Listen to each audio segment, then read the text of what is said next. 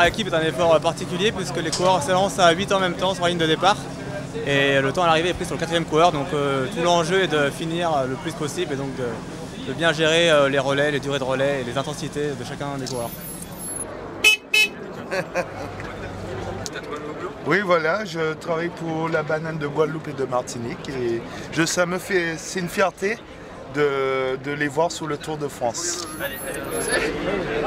Je suis tombé nez à nez avec l'équipe, donc forcément c'est un passage obligé de saluer mes anciens coéquipiers.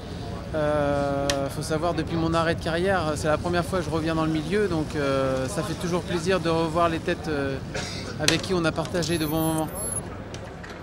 On a 3 coureurs qui ont les 58 ans, sinon c'est 56-55. En 58 ans, on a Anthony Turgis, Paul Ourselin et Niki Terpstra qui ont demandé 58. Un plateau de 58, oui, ça sert à avoir plus de développement, il faut pouvoir l'emmener aussi. Donc ils se connaissent très bien et selon la physionomie du parcours, ils savent ce qu'il faut mettre et eux ils ont décidé de mettre 58. Ça dépend de chacun.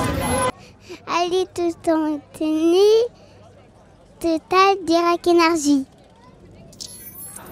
Petite journée à la plage, on est obligé de plier les tapis.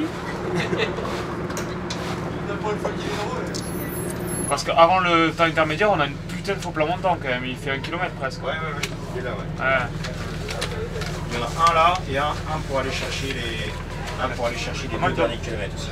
Ce matin, on a eu la possibilité de le faire qu'une seule fois, donc c'était vraiment important qu'on le filme et qu'on le regarde une deuxième fois tous ensemble.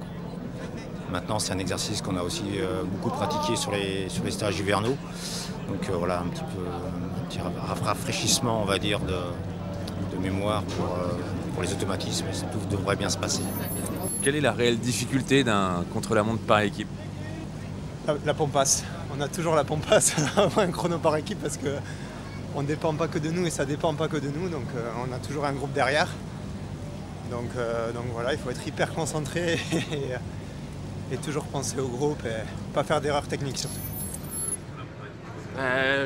J'ai commencé l'entraîneur avant mes collègues parce que je pense que je vais être un peu moyen et j'espère être un peu plus chaud qu'eux pour pouvoir partir.